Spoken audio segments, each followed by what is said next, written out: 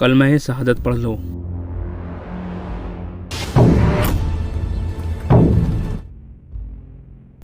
सुल्तान अलाउद्दीन कैकबाद के नाम पे मैं सजाए मौत को रोकने का हुक्म देता हूँ।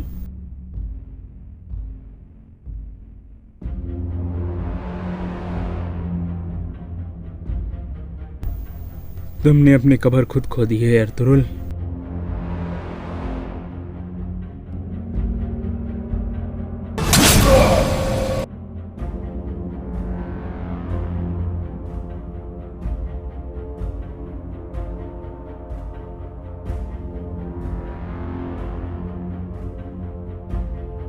अब आप अपने सरदार को ले जा सकते हैं।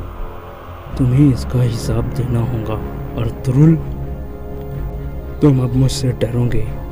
जिन्होंने भी अर्तुरुल गद्दार की हिमायत की है वो इसका हिसाब देंगे।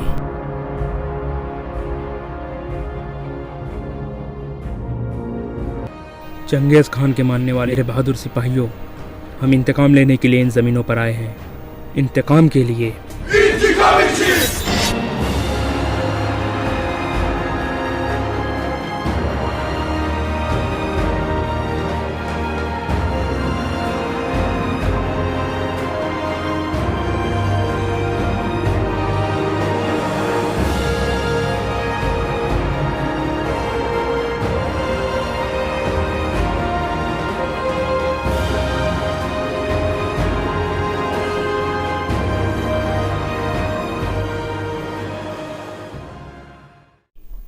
अस्सलाम वालेकुम नाज़रीन। इस किस्त के आगाज़ में बानो जी दुआन से कहती है, अल्लाह तुमसे राज़ी हो, तुमने दो दुर्गा कबीले को बड़ी मुसीबत से बचा लिया है। जिस पर दुआन कहता है, अगर तुम नेहा ना होती तो बहुत सा खून बह जाता और सच भी सामने ना आता। फिर बानो जी कहती है, अगर तुम्हें कोई मसला हो तो तुम मुझे तलाश कर लेना। ये कहकर वो जाने लगती है तो दुआन उसे आवाज़ देकर रोक लेता है और कहता है, मैं उस वक्त तुम्हें कहाँ तलाश करूँगा जब हमारे कबीले मुख्तलिफ़ जगहों पर चले जाएंगे। बानो कहती है, तुम हर वक्त मेरे दिल में हो दुआन। और फिर वो शर्मा कर वहाँ से चली जाती है। दूसरी यानी हैमा खातून के खैमे में गुमस्तकीन के लिए जिरगा बुलाने की मनसूबाबंदी हो रही थी। हैमा खातून हकीम मारतुक से कहती है, अगर तोतकीन को मुनासिब लगे तो अदालत की सरबराही आप करें। तोतकीन कहता है, हैमा खातून आप सही कह रही हो, मेरा गुस्सा इंसाफ के रास्ते में रुकावट बन सकता है। हकीम मारतुक कहते हैं, मैं ये जिम्मेदारी उठाने के लिए तैयार हूँ। फिर तोतकीन कहता है, मैं गुमस्तकीन का सर नहीं काटूँगा, क्योंकि अर्तुल ने मेरी आंखें खोली है और गुमस्तकीन को बेनकाब किया है, इसलिए उसका सर काटने की जिम्मेदारी मैं अर्तुल को देता हूँ। जिस पर अर्तुल कहता है, तुम्हें उसका सर उतारना चाहिए तोतकीन। लेकिन फिर तोतकीन के बहुत इसरार करने पर अर्तुल रजामंद हो जाता है। दूसरी यानी अमीर साउद्दीन कोपैक एक करीबी मेहमान खाने में मौजूद था। इतने में एक सिपाही अंदर आता है जो गुमस्तकीन के सिपाहियों का कमांडर था। वो अमीर साउद्दीन को बताता है कि अर्तुल हमारे सरदार आला को गुलाम बनाकर कबीले में लेके गया है। साउद्दीन गुस्से से उठ खड़ा होता है और कहता है, ये तुम क्या बकवास कर रहे हो।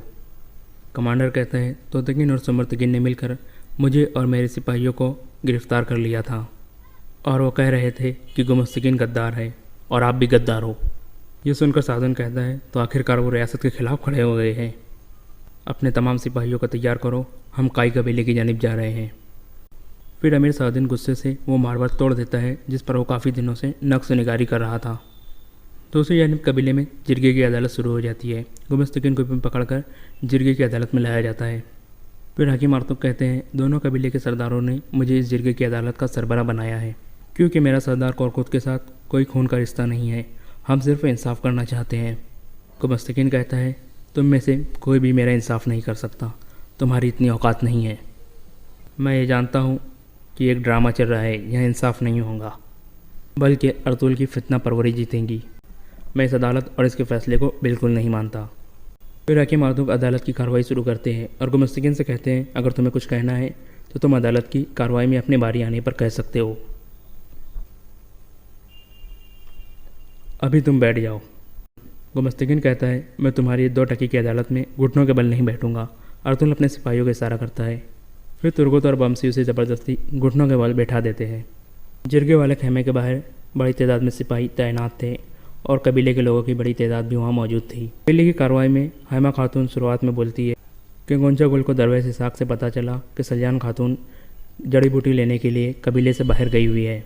हकीम मारतुक दरवेश से पूछते हैं, क्या यह सच है दरवेश इसहाक? दरवेश कहता है, ये सच है। फिर हेमा खातून कहती है, आयतुलन और गोंचागुल ने मेरी बहुओं का पीछा किया। फिर मैं सिपाही अब्दुर्रहमान को अपने साथ लेकर उनके पीछे गई। जब मैं वहाँ पहुँची तो मैंने देखा कि उन्होंने मेरी बहुओं के गले पर तलवार रखी हुई थी और वो मेरी बहुओं को मारने वाली थी। इसलिए उन्हें बचाने के लिए हमें आयतुलन को मारना पड़ा। गुमस्तकीन बीच में बोल पड़ता है, ये सब झूठ है, मेरी बहन और मेरी बेटी मासूम है, वो बेगुनाह है। फिर हकीम आर्तुक सलजान खातून से पूछते हैं, आपने बताया कि गोंचागुल भाग रही थी, फिर आपने उसका पीछा किया था, उसके बाद क्या हुआ? सलजान खातून कहती है, वो मुझे मिल गई थी और अपने खंजर से वो मुझे मारना चाहती थी। मैंने अपने आप को बचाया और इस दौरान वो भागने में कामयाब हो गई। फिर हकीम आर्तुक गुमस्तकीन से पूछते हैं, क्या तुम्हें कुछ कहना है गुमस्तकीन? गुमस्तकीन कहता है, ये तुम्हारा गंदा खेल कब ख़त्म होगा? तुम सब मरोगे, तुम सब से इसका हिसाब लिया जाएगा। अमीर साउद्दीन किसी को भी नहीं बख्शेगा। फिर हकीम आर्तुक अर्तुल से पूछते हैं, आपको कुछ कहना है अर्तुल? अर्तुल कहता है, इस मामले के पीछे कोई और है। गुमस्तकीन का जुर्म साबित हो चुका है। मैं इसको एक और मौका देना चाहता हूँ कि ये अपने कत्लों का एतराफ़ कर ले जो इसने अमीर साउद्दीन कोपेक के कहने पर किए हैं। इस तरह हम एक गद्दार को बेनकाब करके रियासत को फ़ायदा पहुँचा सकते हैं। हकीम आर्तुक गुमस्तकीन से पूछते हैं, क्या ये सच है? क्या आप एतराफ़ करते हो? दूसरी जानिब अमीर साउद्दीन कोपेक भी अपने सिपाहियों को लेकर कबीले की जानिब रवाना हो गया था। और इधर जिरगी की अदालत में हकीम आर्तुक की बात पर गुमस्तकीन कहता है, मैं तुम्हारे झूठों के आगे नहीं झुकूंगा अर्तुल। अमीर साउद्दीन कोपेक उन सब बेवकूफ़ों से हिसाब लेगा जिन्होंने तुम्हारे झूठ पर एतबार किया है। हकीम आर्तुक कहते हैं, अपनी हद में रहो गुमस्तकीन। इसके बाद वो अपना फ़ैसला सुनाना शुरू करते हैं। गवाहों के बयानात के मुताबिक आप कसूरवार साबित हो गए हो गुमस्तकीन। ये साबित हो गया है कि आपने, आयतुलन ने और गोंचागुल ने, तीनों ने मिलकर ये कत्ल किए हैं। यह सुनते ही गुमस्तकीन गुस्से से कहता है, तुम सब पर लानत होंगी, कोई भी नहीं बचेगा। फिर तोतकीन कहता है, मैं चाहता हूँ कि इसकी सज़ा अर्तुल के हाथ हो, क्योंकि अर्तुल ने दोनों कबीले की इज्जत को बचाया है। फिर हकीम आर्तुक सिपाहियों को हुक्म देते हैं, सिपाहियों, मुजरिम को सज़ा वाली जगह पर ले जाओ। इसके बाद तुर्गुत और बमसी उसे पकड़कर बाहर ले जाते हैं। बाहर कबीले के लोग उसे देखकर नारे लगाने लगते हैं, ये कातिल है, मार दो इसको। फिर अर्तुल और बाकी जिरगे के सरदार भी बाहर आ जाते हैं। गुमस्तकीन बुलंद आवाज़ में चिल्लाकर कबीले वालों से कहता है, अर्तुल के इल्ज़ामों पर यकीन मत करो, मैं बेगुनाह हूँ, मेरी बहन और मेरी बेटी भी बेगुनाह हैं, और अगर तुमने ऐसा किया तो अमीर साउद्दीन तुम सबसे इसका हिसाब लेगा। मैं तुम्हारा सरदार आला हूँ, मेरे साथ ऐसा मत करो। लेकिन लोग दोबारा कातिल कातिल के नारे लगाने लगते हैं और कहते हैं, मार दो इसको। फिर गुमस्तकीन कबीले वालों से कहता है, तुम्हें अमीर साउद्दीन कोपेक के गज़ब से कोई नहीं बचा सकता। फिर तुर्गुत और बमसी उसे घुटनों के बल बिठाते हैं।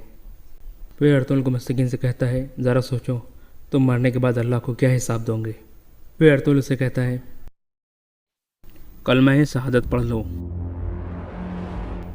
फिर अर्तुल उसे मारने के लिए तलवार निकाल लेता है और वो जैसे ही उसे मारने लगता है उतने में कबीले का ढोल बजने लगता है।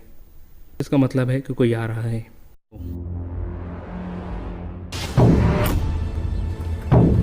सब नज़रें उठाकर कबीले के दाखिली दरवाजे की तरफ देखते हैं तो वो देखते हैं कि अमीर साउद्दीन कोपेक अपने सिपाहियों समेत वहाँ पर आ रहा था। गुमस्तकीन उसे देखकर खुश हो जाता है और कहता है, अमीर साउद्दीन। फिर अमीर साउद्दीन कोपेक गुस्से से कहता है, सुल्तान अलाउद्दीन के अक़बात के नाम पे मैं इस सज़ाए मौत को रोकने का हुक्म देता हूँ।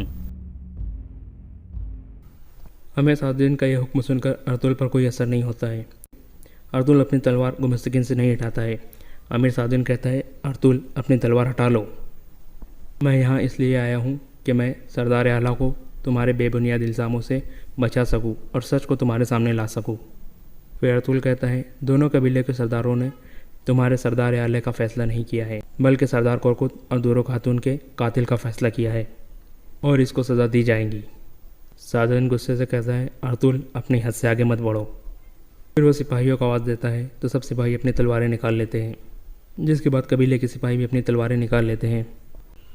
फिर हेमा खातून बोल पड़ती है, अमीर साउद्दीन, मैंने अपने कानों से सुना है कि गोंचागुल और आयतुलन खातून ने मेरे भाई कोरकुत और उनकी बीवी दूरो खातून को कत्ल किया है और मैं इस मामले की गवाह हूँ। अमीर साउद्दीन कहता है, लेकिन इसमें गुमस्तकीन का क्या कसूर है? अर्तुल कहता है, इसने अपनी बहन और बेटी को इस्तेमाल किया है ताकि सरदार आला बन सके। साउद्दीन कहता है, क्या तुम्हारे पास इसका कोई सबूत है अर्तुल? इस पर तोतकीन बोल पड़ता है, मैं भी गवाह हूँ अमीर साउद्दीन। फिर गुमस्तकीन कहता है, ये सब झूठ है अमीर साउद्दीन। अर्तुल ने तोतकीन और हेमा खातून के दिमागों में झूठों का जहर भर दिया है। फिर अमीर साउद्दीन कहता है, अब मैं अर्तुल और गुमस्तकीन दोनों को अपने साथ मेहमान खाने में लेके जाऊंगा और इन दोनों से सवालात करूंगा।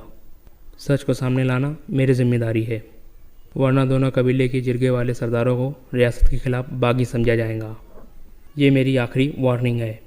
अर्तुल कहता है, हम मरने से खौफज़दा नहीं है, अल्हम्दुलिल्लाह। मैं तुम्हें आखिरी दफ़ा कह रहा हूँ अर्तुल, सरदार आला को मेरे हवाले कर दो। सिपाहियों। इसके बाद अर्तुल घूमता है और अपनी तलवार की एक ही वार से गुमस्तकीन का सर तन से जुदा कर देता है। तुमने अपनी कब्र खुद खो दी है अर्तुल।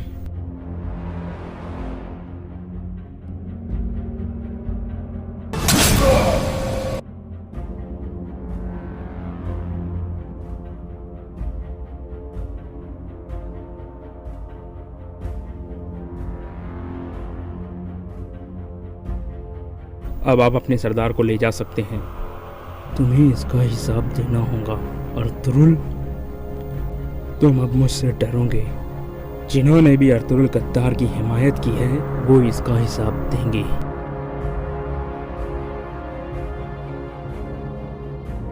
यह कहकर अमीर साउद्दीन अपना घोड़ा मोड़ते हैं और वहां से चले जाते हैं।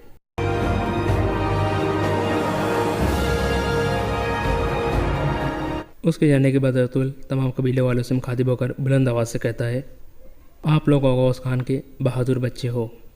मैंने आप लोगों की आंखों में भी वो खौफ देखा है जो पहले कभी नहीं देखा। मैं जानता हूँ ये खौफ आपका रियासत की वजह से, आपकी मोहब्बत की वजह से है, लेकिन आप उस अमीर साउद्दीन कोपैक से खौफज़दा ना हो जो कि सरदार के नाम पे एक धब्बा है, क्योंकि तुम लोग हमेशा रियासत के लिए खड़े रहे हो और आगे भी खड़े रहोगे। ये हमारी जिम्मेदारी है कि उन लोगों के खिलाफ खड़े रहें जो शैतानों के साथ साजबाज करके रियासत को नुकसान पहुंचाते हैं। हमने इंसाफ किया है, बेशक अल्लाह सब कुछ देखता है जो हम करते हैं। इसके बाद सब लोग अर्तुल जिंदाबाद के नारे लगाने लगते हैं। फिर सब लोग वापस अपने अपने कामों की तरफ चले जाते हैं। अर्तुल और हकीम आर्तुक गुंदगदो के खेमे में पहुंचते हैं। हकीम आर्तुक सलजान खातून को बाहर भेज देते हैं और अर्तुल से कहते हैं, गुंदगदो भाई अब सिपाहियों के कमांडर के तौर पर आके नहीं रह सकते। इनकी सूरत हाल काफ़ी ख़राब है, इसलिए हमें दोनों कबीलों की सलामती के लिए कोई फ़ैसला करना होगा। इसके बाद हकीम आर्तुक के खंजर को आग के अंगारों में गर्म करते हैं ताकि गुंदगदो के फोड़े को साफ़ किया जा सके। दूसरी जानब गुमस्तकीन को एक कब्र खोद के दफन कर दिया जाता है। मट्टी डालने के बाद 3 सिपाही वहाँ से चले जाते हैं, लेकिन तोतकीन का खास सिपाही बाज वहाँ बैठकर रोने लगता है। फिर वो कब्र की तरफ देखकर कहता है, गुमस्तकीन साहिब, मैं आपसे वादा करता हूँ कि जिन लोगों ने आपके साथ ऐसा जुल्म किया है मैं उन लोगों से बदला लूँगा, और बदला लेने तक मैं इस कबीले को और अर्तुल को सुकून से रहने नहीं दूंगा। दूसरी जानिब तुरगुत दिली दमीर की दुकान पर जाता है और दिली दमीर को याद करके गमगीन हो जाता है।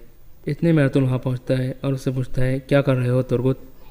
तुरगुत कहता है, तोरा अली आज एक सिपाही के तौर पर अपना पहला कदम उठाने वाला है। मैं उसके लिए उसकी पहली तलवार तैयार कर रहा हूँ। अगर दमीर बाबा ज़िंदा होते तो तोरा अली की पहली तलवार वो बनाते, लेकिन अब ये मेरी जिम्मेदारी है। इसके बाद अर्तुल भी उसकी मदद करता है और वो दोनों मिलकर तलवार तैयार करने लग जाते हैं। दूसरी जानिब नोयान एक मरतबा फिर से वापस आ जाता है और एक गार में अपना डेरा बना लेता है। उसके साथ दोनों बिलजी और काफ़ी सारे सिपाही भी मौजूद थे। फिर नोयान सिपाहियों के जोश को बढ़ाने के लिए उनसे एक पुरजोश खिताब करता है, चंगेज़ खान के मानने वाले बहादुर सिपाहियों, हम इंतकाम लेने के लिए इन ज़मीनों पर आए हैं, इंतकाम के लिए।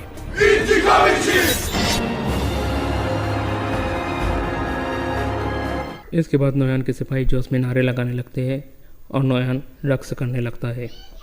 दूसरी जानिब अमीर साउद्दीन कोपैक ने कुछ शायरों को मेहमान खाने में बुलाया हुआ था। एक शायर कहता है, आप काफ़ी परेशान लग रहे हो, क्या कुछ लोग आपके खिलाफ कोई चाल चल रहे हैं? इंशाअल्लाह आपके इंसाफ के बाद वो लोग अपनी हद में आ जाएंगे। साउद्दीन कहता है, इंसाफ इंतकाम का दूसरा नाम है।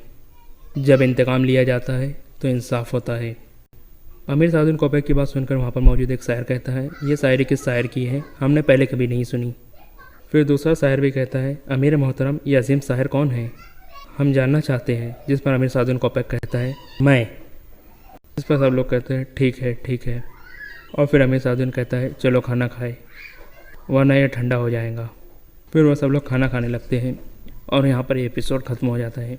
नाज़रीन, आपसे रिक्वेस्ट है, अगर अभी तक आपने हमारे चैनल अर्तुल फैन को सब्सक्राइब नहीं किया है तो हमारे चैनल अर्तुल फैन को सब्सक्राइब कर ले और साथ ही बेल आइकन भी दबा दें ताकि हमारी वीडियो टाइम पर आपको पहुँचती रहे।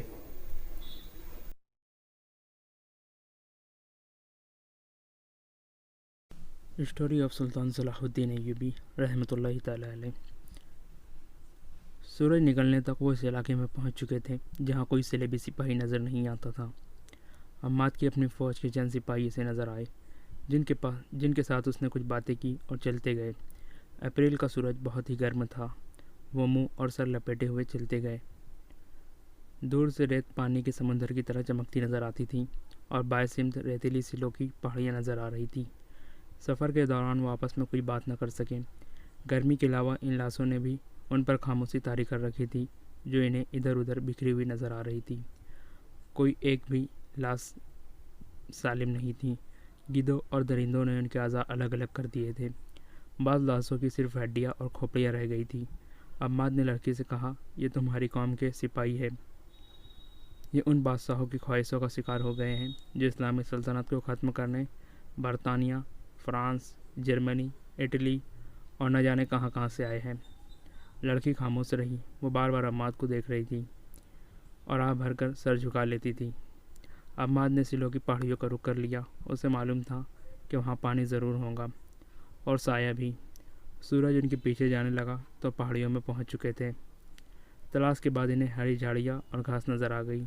एक जगह से पहाड़ी का दामन फटा हुआ था। वहाँ पानी था। वो घोड़े से उतरे, खुद पानी पिया, फिर घोड़ों को पानी पीने के लिए छोड़ दिया और साए में बैठ गए। तुम कौन हो? लड़की ने उससे पूछा। तुम्हारा नाम क्या है? कहाँ के रहने वाले हो? मैं मुसलमान हूँ, अम्माद ने जवाब दिया। मेरा नाम अम्माद है और मैं सामी हूँ। रात ख्वाब में तुम किसे याद कर रहे थे? याद नहीं रहा, अम्माद ने कहा। मैं शायद ख्वाब में बोल रहा हूँगा। मेरे साथी मुझे बताया करते हैं कि मैं ख्वाब में बोला करता हूँ। तुम्हारी माँ बहन है? लड़के ने पूछा और कहा, तुम शायद इन्हें याद कर रहे थे।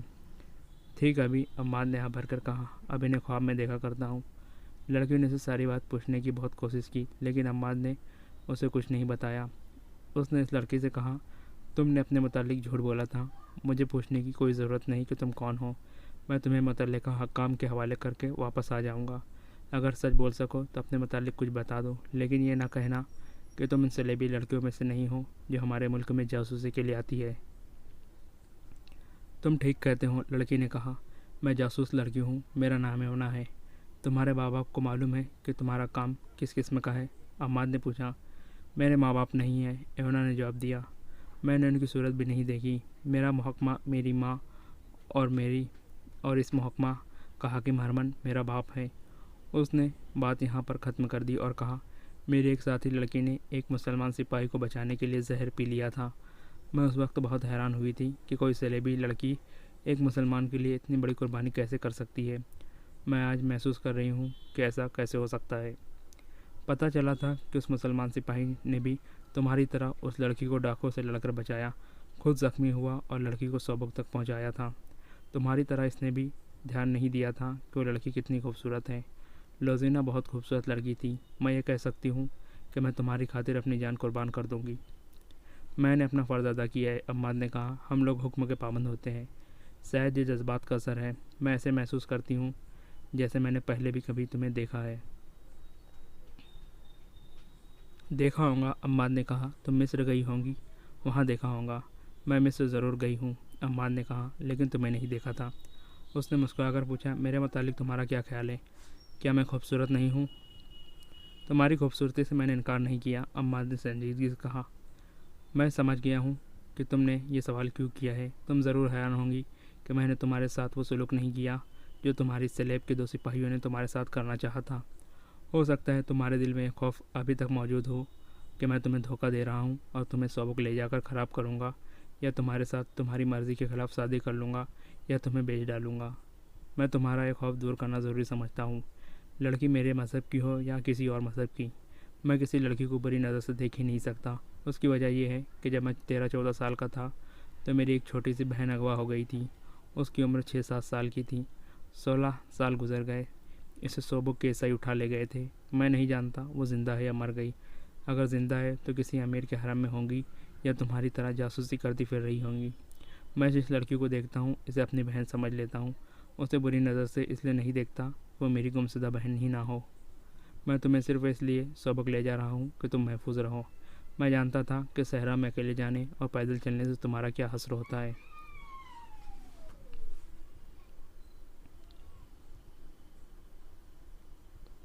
और तुम किसी के हाथ चढ़ जाती तो तुम्हारा हाल वही होता जो तुम्हारे अपने सलेबी भाई करने लगे थे। मुझे अपनी खूबसूरती का एहसास न दिलाओ, मैं इस एहसास के लिहाज से मुर्दा हूँ। मुझे लज्जत इन सहराओं में सलेबियों के ताक़ुब में घोड़ा दौड़ाते और उनका खून बहाते मिलती है। लड़की उसे अजीब सी नज़रों से देख रही थी। उसकी आंखों में प्यास का तासुर था। उसके साथ ऐसे बातें किसी ने नहीं की थी। इसे बेहयाई, अय्यारी और मक्कारी के सबक दिए गए थे और इसकी बातों और चाल ढाल में बड़ी मेहनत से जिनसी कसीदगी पैदा की गई थी। इसे एक बड़ा ही खूबसूरत फ़रेब बनाया गया था। इस पुरहस्न और शराब का उसे पुरहस्न और शराब का नशा तारी किया गया था। उस पर हुस्न और शराब का नशा तारी किया गया था। उसे अस्मत की मोती से महरूम करके रखा गया था और वो इस ट्रेनिंग के बाद अपनी साथी लड़कियों की तरह अपने आप को मर्दों के दिलों पर राज करने वाली शहजादी समझने लगी थी। उसे ये भी याद नहीं रहा था कि उसका घर कहाँ है और उसके माँ बाप कैसे हैं। अम्माद की जज्बाती बातों ने उसकी ज़ात में एक औरत के जज्बात बेदार कर दिए। वो गहरी सोच के आलम में खो गई। अम्मा से जैसे वो बेतकल्लुफ़ हो गई। उसने गहरी सोच के आलम में कहा, एक डरावने ख्वाब की तरह याद आता है कि मुझे एक घर से उठाया गया था। मुझे याद नहीं आ रहा कि उस वक्त मेरी उम्र क्या थी। उसने अपने बालों में दोनों हाथ फेरे और बालों को अपनी मुट्ठियों में लेकर झंझोड़ा, जैसे पुरानी यादों को बेदार करने की कोशिश कर रही हो। उसने उकताकर कहा, कुछ याद नहीं आता। मेरा माजी शराब और ऐश-ओ-इशरत और हसीन अय्यारियों में गुम हो गया है। मैंने कभी भी नहीं सोचा था कि मेरे वालिदैन कौन थे और कैसे थे। मुझे कभी माँ बाप की ज़रूरत महसूस हुई ही नहीं। मेरे अंदर जज्बात भी नहीं थे। मुझे मालूम ही नहीं था कि मर्द बाप और भाई भी हो सकता है। मर्द मुझे अपने तफरीह के इस्तेमाल की चीज़ समझते हैं, लेकिन मैं मर्दों को इस्तेमाल किया करती हूँ जिस पर मेरी खूबसूरती और मेरी जवानी का नशा तारी ना हो। इसे मैं एसेसिन और शराब से अपना ग़ुलाम बना लिया करती हूँ। मगर अब तुमने जो बातें की हैं उन्होंने मुझ में वो हैसे बेदार कर दी है जो माँ बाप, भाई बहन का प्यार मांगती है। उसकी बेचैनी बढ़ती गई। वो रुक रुक कर बोलती रही, फिर बिल्कुल ही चुप हो गई। कभी अम्माद को टकटकी बांध कर देखने लगती और कभी अपने सर पर हाथ रखकर अपने बाल मुट्ठी में लेकर झंझोड़ने लगती। वो दरअसल गुमगस्ता माजी और हाल के दरमियान भटक गई थी। अम्माद ने जब उसे कहा कि उठो चले, तो भोले भाले मासूम से बच्चे की तरह उसके साथ चल पड़ी। उसके घोड़े इन्हें पहाड़ी इलाके से बहुत दूर ले गए थे उसके घोड़े उसे पहाड़ी इलाके से बहुत दूर ले गए तो भी अम्माद को ही वो देख रही थी। सिर्फ एक बार उसने हंसकर कहा, मर्द की बातों और वादों पर मैंने कभी एतबार नहीं किया। मैं नहीं समझ सकती कि मैं क्यों महसूस कर रही हूँ कि मुझे तुम्हारे साथ जाना चाहिए। अम्माद ने उसकी तरफ देखा और मुस्कुराया। वो जब सोबक के दरवाजे पर पहुँचे तो अगले रोज़ का सूरज तुलू हो रहा था।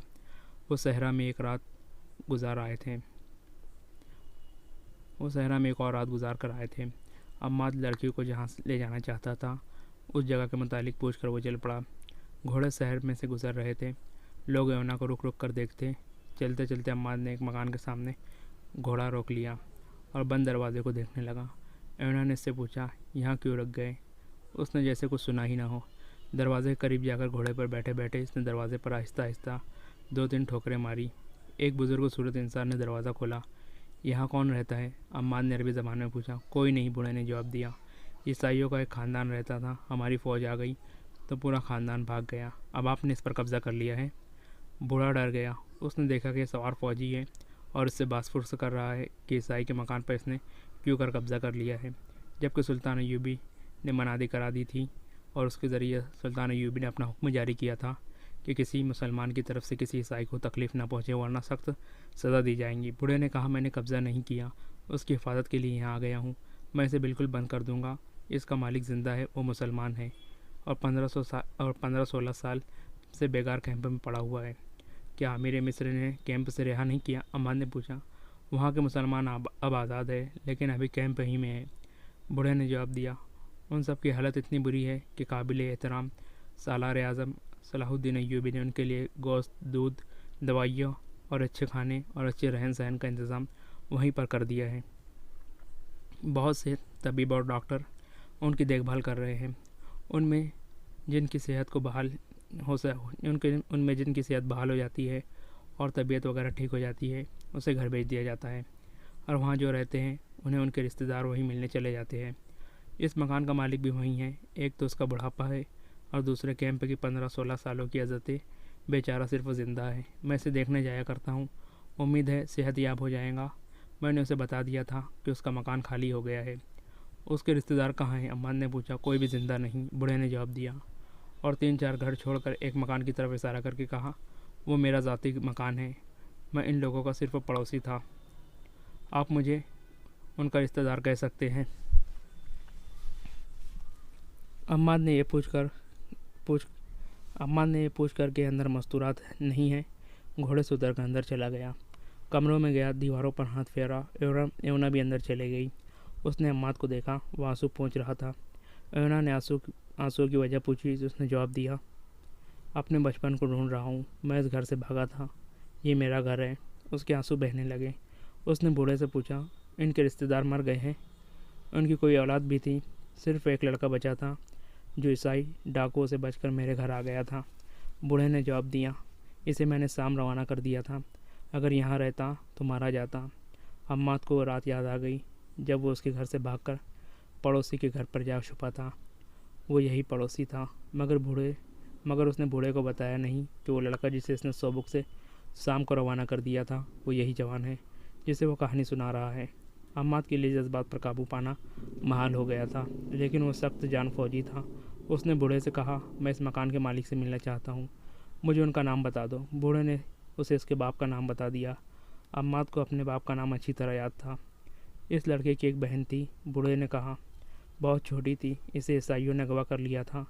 इसी ज़मन में इसके घर के सारे अफराद ईसाइयों के हाथों कत्ल हो गए थे।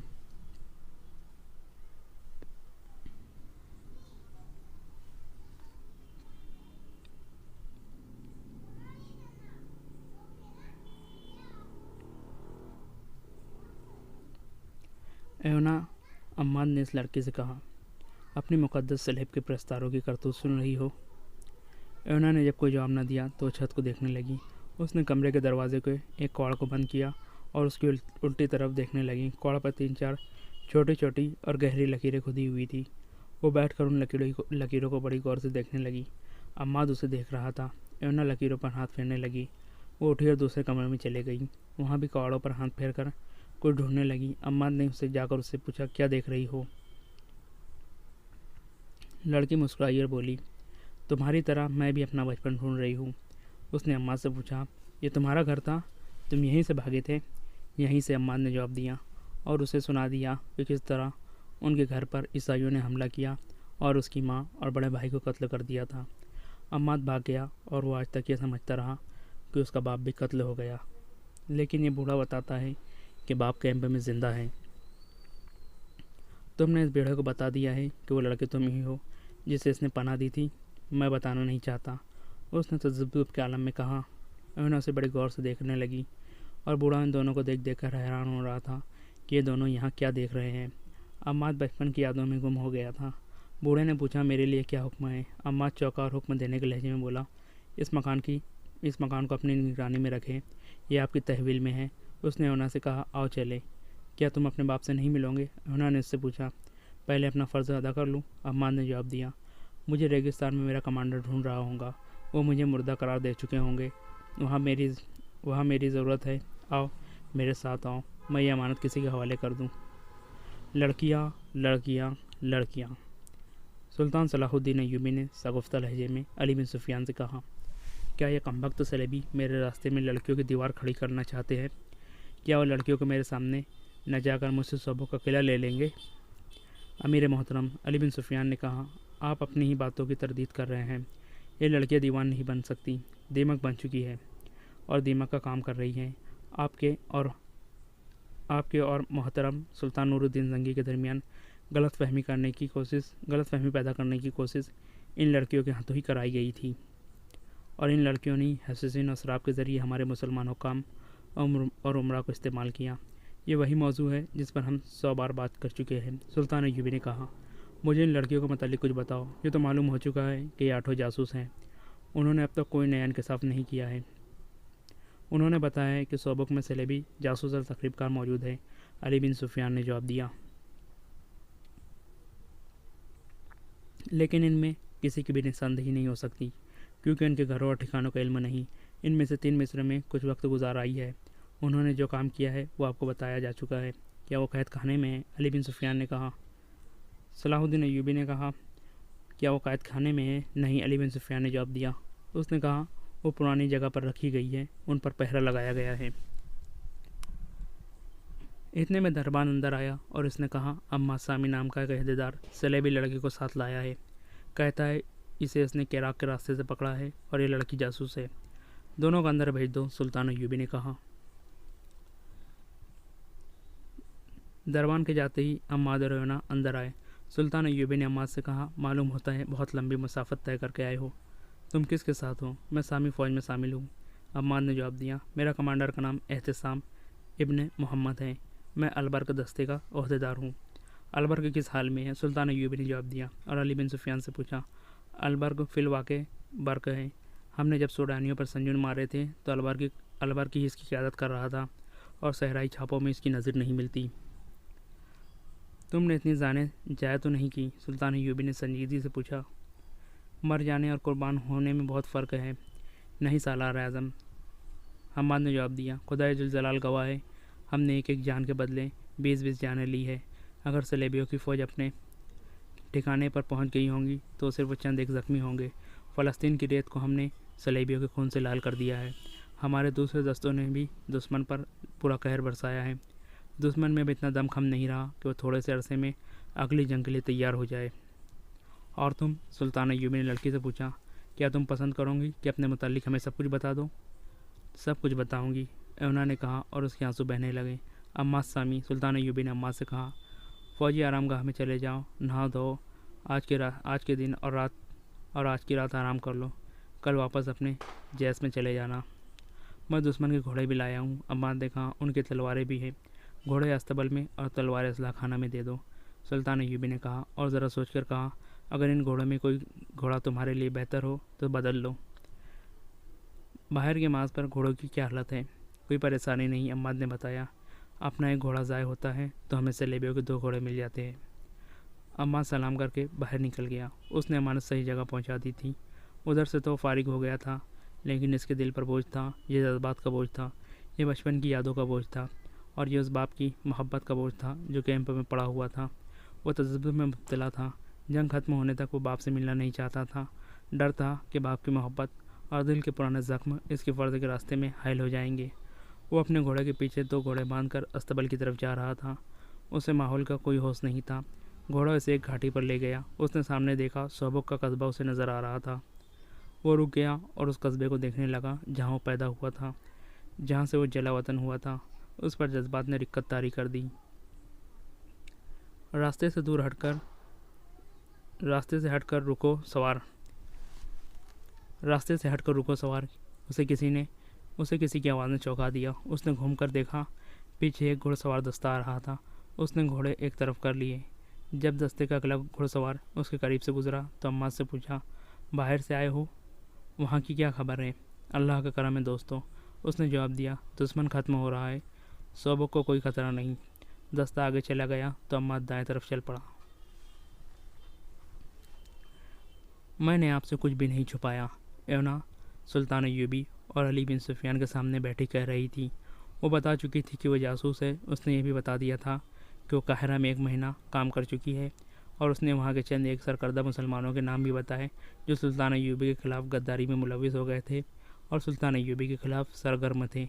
उसने ये भी बताया था कि सलेबियों की तरफ से सूडानियों को बहुत मदद मिल रही है और सलेबी फ़ौज के तजुर्बाकार कमांडर सूडानियों को संजून मारने की ट्रेनिंग दे रहे हैं। एवना ने किसी इफ्तिसार के बगैर इतनी ज़्यादा बातें बता दी जो जासूस असलियतों के बावजूद नहीं बताया करते, क्योंकि उनमें उनकी अपनी ज़ात भी मुलविस होती है। इससे अली बिन सुफियान शक में पड़ गया। एवना, अली बिन सुफियान ने कहा, मैं भी तुम्हारे फ़न का फ़नकार हूँ। मैं तुम्हें खराज तहसीन पेश करता हूँ कि तुम ऊँचे दर्जे की फ़नकार हो। हमारे तसद्दुद और कैद खाने से बचने और हमें गुमराह करने का तुम्हारा तरीका काबिल तारीफ़ है, मगर मैं इस धोखे में नहीं आ सकता। आपका नाम? एवना ने पूछा। अली बिन सुफियान, अली ने जवाब दिया। तुमने शायद हरमन से मेरा नाम सुना होगा। एवना उठी और आहिस्ता अली बिन सुफियान के करीब जाकर दो जानू होकर बैठ गई। उसने अली बिन सुफियान का दायां हाथ अपने हाथ में लिया और हाथ चूम कर बोली, आपको ज़िंदा देखकर मुझे बड़ी खुशी हुई। आपके मुतालिक मुझे कुछ बताया गया था। हरमन कहा करता था कि अली बिन सुफियान मर जाए तो हम मुसलमानों की जड़ों में बैठकर इन्हें जंग के बगैर ख़त्म कर सकते हैं। लड़की उठकर अपनी जगह बैठ गई। मैंने कायरा में आपको देखने की बहुत कोशिश की थी, मगर देख ना सकी। मेरी मौजूदगी में आपके कत्ल का मंसूबा तैयार हुआ था, और मुझे नहीं बताया गया कि यह मंसूबा कामयाब हुआ था या नहीं। मुझे सबक बुला लिया गया था। हम किस तरह यकीन कर लें कि तुमने जो कुछ कहा है सच कहा है? अली बिन सुफियान ने पूछा। आप मुझ पर एतबार क्यों नहीं करते? लड़के ने झुंझलाकर कहा। इसलिए कि तुम सलेबी हो, सुल्तान अय्यूबी ने कहा। अगर मैं आपको ये बता दूं कि मैं सलेबी नहीं मुसलमान हूं तो आप क्या कहेंगे? क्या ये भी झूठ है? लड़के ने कहा। मेरे पास कोई सबूत नहीं। 16-17 साल गुजरे, मैं इसी कस्बे से अगवा हुई थी। यहाँ आकर मुझे पता चला कि मेरा बाप कैंप में है। उसने अपने बाप का नाम और ये भी बताया कि उसे अपने बाप का नाम अब मालूम हुआ है। उसने बताया कि अम्मा ने उसे किस तरह सहरा से बचाया था और वो रात को उसे कत्ल करने लगी थी, मगर उसका खंजर वाला हाथ उठता ही नहीं था। उसने कहा, मैंने दिन के वक्त उसके चेहरे पर, उसकी आंखों में आंखें डालकर उसकी नज़रों में मेरे दिल में कोई ऐसा एहसास बेदार हो गया था जिसने मुझे शक में डाल दिया कि मैं अम्माद को पहले से जानती हूँ। यह उसे कहीं ज़रूर देखा है। मुझे याद नहीं आ रहा था। मैंने इससे पूछा तो उसने कहा, ऐसा नहीं हो सकता। रात को 2 सलेबी सिपाहियों ने मुझ पर हमला किया तो अम्माद जाग उठा। उसने एक को बर्छी से मार दिया। मैं उस वक्त तक अपने आप को सलेबी समझती थी।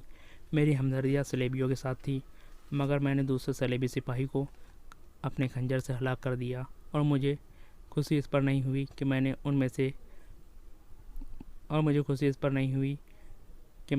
उनसे अपनी इज्जत बचाई, बल्कि इस पर खुश हुई कि मैंने अम्माद की जान बचाई।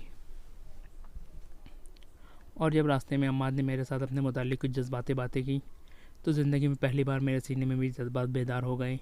मैं तमाम सफ़र में अम्माद को देखती रही। मुझे सिर्फ इतना याद आया कि मुझे बचपन में अगवा कर लिया गया था, मगर ये याद भी जहन में धुंधली हो गई। आपको मालूम है मुझ जैसी लड़कियों को किस तरह तैयार किया जाता है? बचपन की यादें और असलियत जहन से उतर जाती है। यही हाल मेरा हुआ। लेकिन मुझे यकीन होने लगा कि मैं अम्माद को जानती हूँ। ये खून की कशिश थी। आँखों ने आँखों को और दिल ने दिल को पहचान लिया था।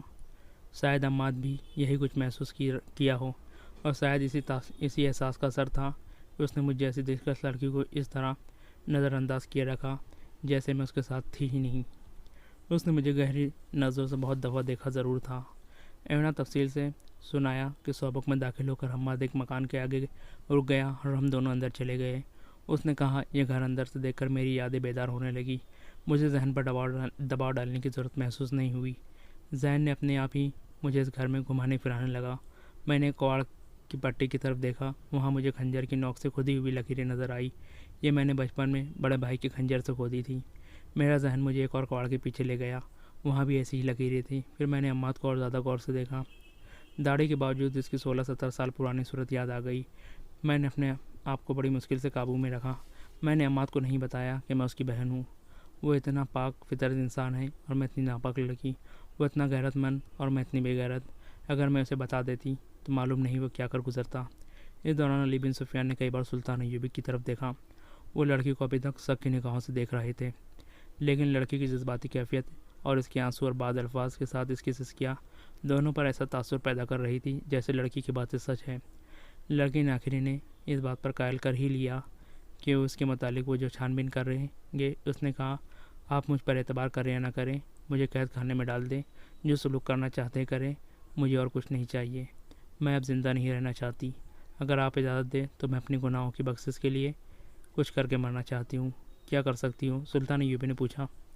अगर आप मुझे कैराक तक पहुँचा दें तो मैं सलेब के 3-4 बादशाहों और अपने महकमे के सरबराह हरमन को कत्ल कर सकती हूँ। हम तुम्हें कैराक तक पहुँचा सकते हैं, सुल्तान अय्यूबी ने कहा, लेकिन इस काम से नहीं कि तुम किसी को कत्ल करो। मैं तारीख में अपने मुतालिक ये तहमत छोड़कर नहीं जब मरना चाहता कि सलाहुद्दीन अय्यूबी ने अपने दुश्मनों को एक औरत के हाथों मरवा दिया और सोबक में फ़ौज लिए बैठा रहा। अगर मुझे पता चलेगा कि सलेबी को कोई बादशाह किसी लाइलाज मर्ज में मुब्तला है तो मैं इसके इलाज के लिए अपने ख़ास तबीब भेजूँगा और फिर हम उस पर ऐसा भरोसा भी नहीं कर सकते। अलबत्ता तुम्हारी ख्वाहिश पर गौर कर सकते हैं कि तुम्हें माफ़ करके केराक भेज दिया जाए।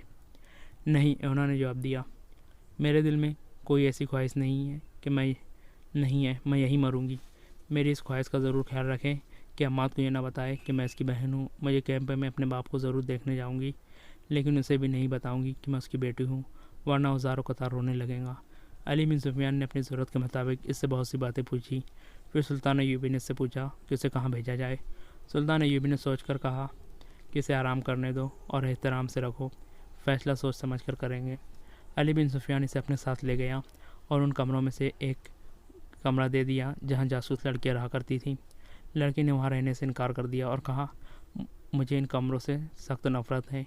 क्या मुमकिन नहीं मुझे उस घर में रखा जाए जहाँ से मैं अगवा हुई थी? नहीं, अली बिन सुफियान ने जवाब दिया, किसी के जज्बात की खातिर हम अपने क़वायद ज़ाबित नहीं बदल सकते। वहाँ के पहरेदारों और मुलाजिमों को कुछ हिदायत देकर अली बिन सुफियान लड़की को वहाँ छोड़कर चला गया।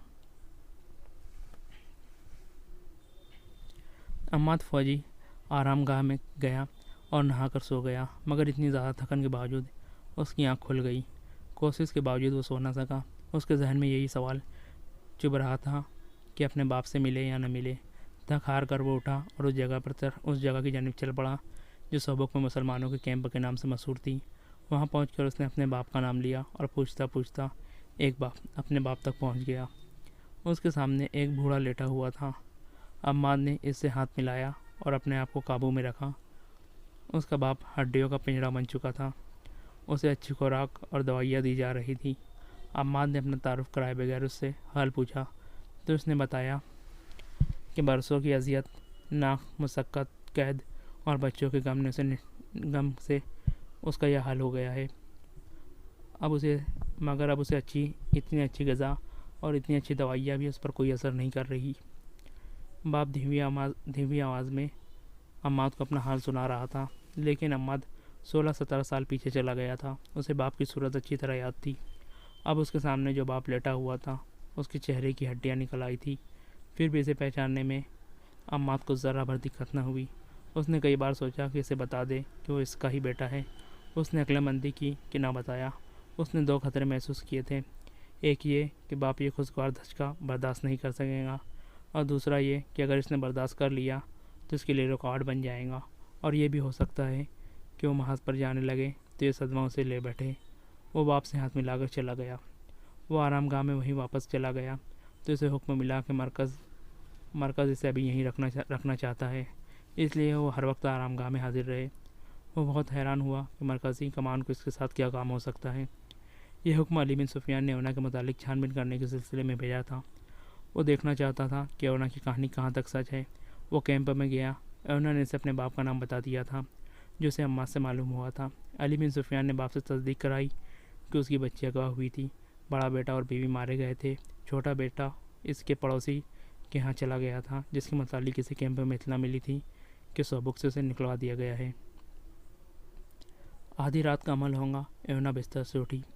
उस वक्त तक उसे नींद नहीं आई थी। उसने अली बिन सुफियान के रवैये से महसूस कर लिया था कि इस पर एतबार नहीं किया गया है और अब न जाने उसका क्या अंजाम होगा। वो सोच रही थी कि वो किस तरह यकीन दिलाए कि उसने जो आप बेटी सुनाई है वो झूठ नहीं है। उसके साथ ही उसका खून इंतकाम के जोश से खोल रहा था। अम्माद के साथ अपने घर में जाकर उसके जहन में बचपन की यादें अस खुद जाग उठी थी और ख्वाब की तरह से बहुत सी बातें याद आ गई थी। उसे ये भी याद आ गया था कि इसे अगवा के बाद बेतहासा प्यार, खिलौनों और अच्छी खुराक से ये रूप दिया गया था। फिर उसे गुनाह याद आए जो उससे कराए गए थे और वो सरापा गुनाह बन गई थी। वो इंतकाम लेने को बेताब हुई जा रही थी। इसी जज्बाती हालत ने उसे सोने नहीं दिया था। इसी जहनी कैफियत में बाप से मिलने की ख्वाहिश भी शिद्दत इख्तियार करने लगी थी। वो बाहर नहीं निकल सकती थी। बाहर पहरेदार हर वक्त टहलते रहते थे। उसका दिमाग अब सोचने के काबिल नहीं रहा था। वो अब जज्बात के ज़ेर असर थी। उसने दरवाज़ा थोड़ा सा खोला और देखा। इसे बातों की आवाज़ें सुनाई दी। दाएं तरफ कोई 20 गज दूरी से दोनों पहरेदार बातें करते हुए साय की तरह नजर आए। लड़की ने दरवाजे में से सर निकाले इन्हें देखती रही। पहरेदार वहाँ से ज़रा परे हट गए। लड़की दबे पाए बाहर निकली और इस इमारत की ओट में हो गई। आगे घाटी नहीं उतरती थी। वो बैठ गई। पाँव पर सरकती घाटी उतर गई। अब इसे पहरेदार नहीं देख सकते थे। उसे मालूम था कि मुसलमानों का कैंप कहाँ है। और उसे यह भी मालूम हो चुका था कि अब ये कैंप कैद खाने से मेहमान खाना बन गया है, इसलिए इसे यह खतरा नहीं था कि वहाँ कोई संतरी से रोकेगा। वो बाप को मिलने जा रही थी, जिसका उसे सिर्फ नाम मालूम था। वो तेज़ तेज़ जा रही थी। उसे पीछे से किसी के कदमों की आहट सुनाई दी। उसने पीछे देखा मगर कोई नज़र न आया।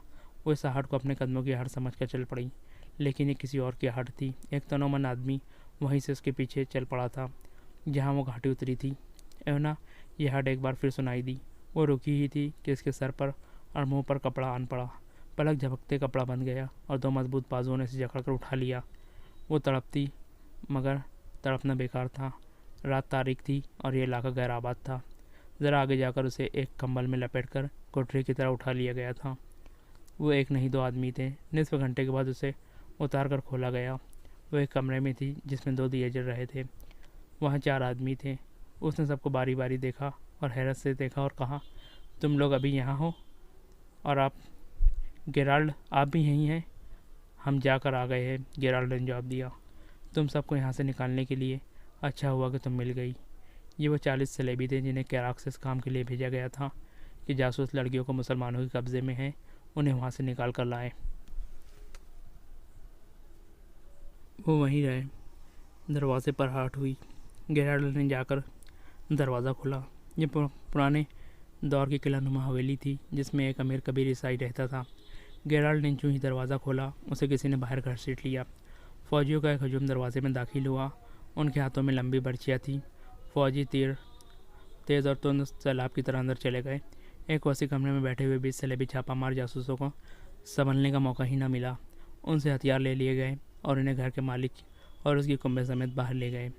ऐसा ही हल्ला उस मकान पर भी बोला गया जहाँ बाकी सलेबी छापामार तैयार बैठे थे। ये दोनों छापे बैक वक्त मारे गए। इसी रात 10-11 मकानों पर छापा मारे गए। ये सरगर्मियाँ रात भर जारी रहीं।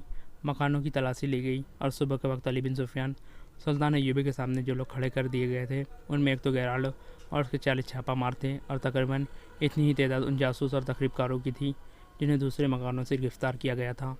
इन मकानों से जो सामान बरामद हुआ उसमें बेशुमार हथियार, जहर की बहुत सी मिकदार, तीरों का ज़ख़ीरा, आतिशगीर मादा और बहुत सी नकदी बरामद हुई।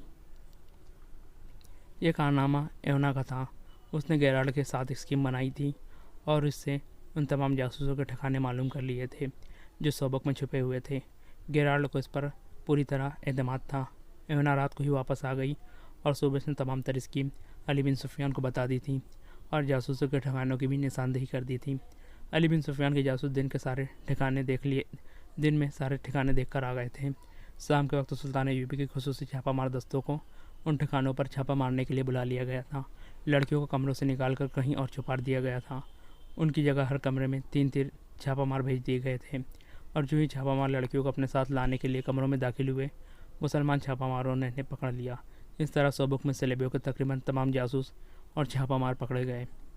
उनमें सबसे ज़्यादा कीमती गेराल्ड था। तमाम को तफ्तीश और इसके बाद सज़ा के